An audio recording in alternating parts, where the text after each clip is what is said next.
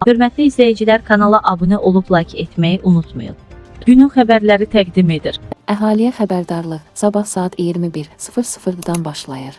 Sabahdan etibarən paytaxt Bakıda geomaqnit qasırğası müşahidə olunacaq. Qasırğa zaman şiddətlənəcək. Referans AZ xəbər verir ki, ilk olaraq sabah 10 oktyabr saat 21:00-dan orta səviyyəli qasırğa müşahidə edilməyə başlayacaq. Orta şiddətli qasırğa 11 oktyabr saat 18:00-dan səngiyərək yerini kiçik geomaqnit pozuntularına verəcək.